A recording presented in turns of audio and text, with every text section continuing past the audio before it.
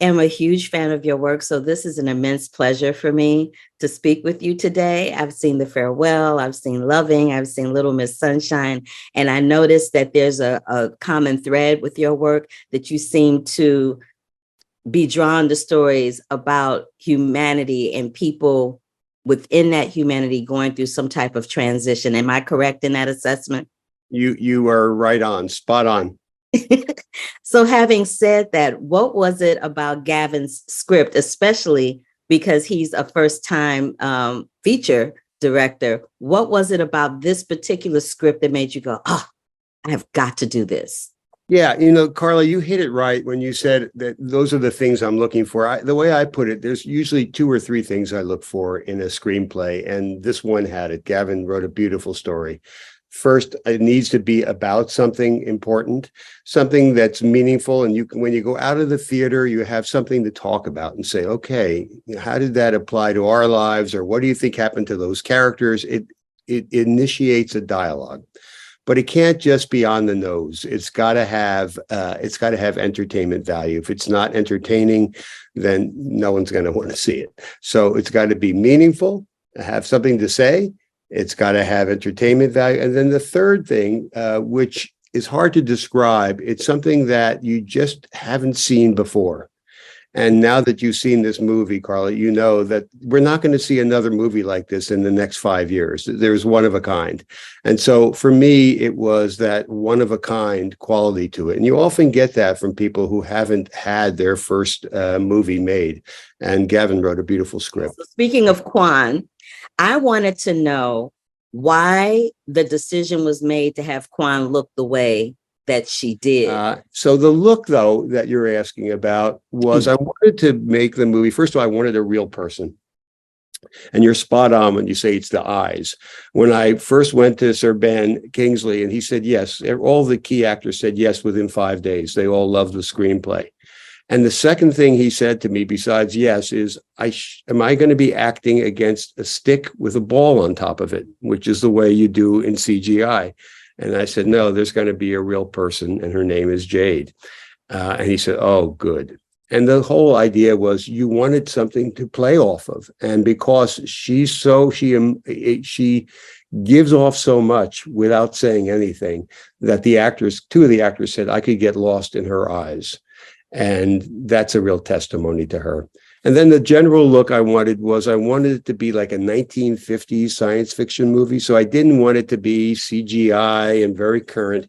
I wanted the spaceship to like an old saucer that we might have seen in like The Day the Earth Stood Still or Flash Gordon or something from another era. And then I wanted the alien to also look like a classic blue silver alien. And so that's how we came up with the look. And we had a great production designer working on the ship and the look of the movie.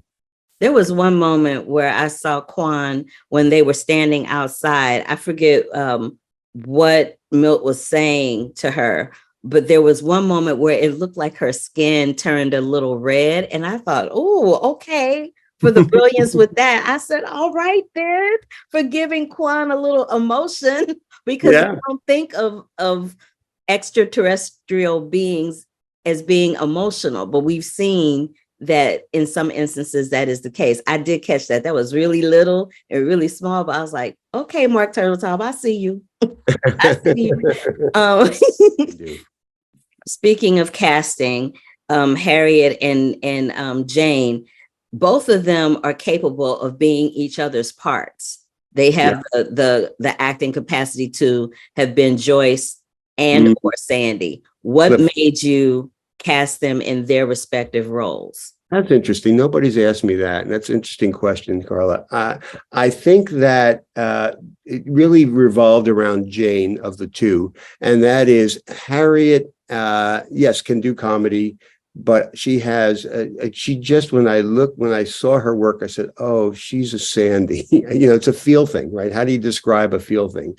And that naturally allowed Jane, who plays Joyce, to be sort of the edgy one, and so you need a balance in the movie, as you know. You need to have Sir Ben and Harriet playing even, grounded, kind of, if you were thinking about a painting, maybe they'd be blue or both brown. And then you got Joyce, who's red, a sharp, a real streak of red in the painting. And that mixes it up nicely. And I just felt that Jane could bring that. And then what's interesting is she starts off being really edgy. And by the middle of the movie, she softens when she starts to tell her story. She had a lot of lovers back in the day and she could sing back in the day. And she really starts to open up. So it's a nice, you started the conversation by talking about transformation. She goes through it along with everybody else. I want to ask one last question about not leaning into that stereotypical trope of sci-fi in the process of doing this film, because I believe that a lot of people probably would have gone there, but because you come from the place that you come from in your storytelling from a director point of view, I knew that you wouldn't go there. So I'm just interested to know that ever creep into your mind that maybe I should do the story this way, but did the script dictate it more than your directing? I'm just curious. No, it's a good question, really, Carla. I saw the heart of the movie being the relationship between these three people. That's the core of the movie, and how this creature, this alien, if you will, who doesn't have a voice, allows them to find their voice, and then they can connect to each other. And that's the heart of the movie. The science fiction is fun, but it's not the heart. And actually, in the script, there was more science fiction in it. And then when I got into the editing room, I looked at the movie we had, and it took me over 10 months to cut this movie, which is a long time. And it's because I wanted to get the exact right tone, or the best I could do for the movie, because you're putting all these different elements that don't usually go together.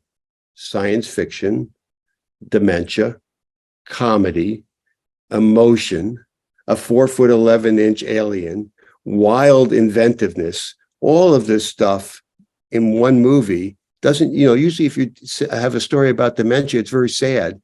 And this story, I hope, is hopeful at the end. I know it's hopeful at the end. And so it's a hard thing to put them all into one package, but I knew I had to shrink the science fiction piece of it so that the rest could work. Well, it did work. It definitely worked for me. It struck me to my core because I am that daughter. I am Milt's daughter in my life. So I could totally relate. Marc, this has been such a cool bucket list thing for me. I'm so grateful and so honored to have been able to have this conversation with you centered around Jules. And thank you so much for your artistry and your work throughout the years, and especially with this project. I appreciate you. Well, Carla, the feeling is mutual. Thank you so much. And, one thing I'll ask you as you talk to your viewers and as your friends, these independent movies, we don't have big budgets. So put the word out. If you love the movie, tell your friends. If they love the movie, spread the word. Absolutely. I will do that. Thank you, Carla. And thanks for the lovely interview. Oh, my pleasure. Thank you. We'll talk again soon. All right.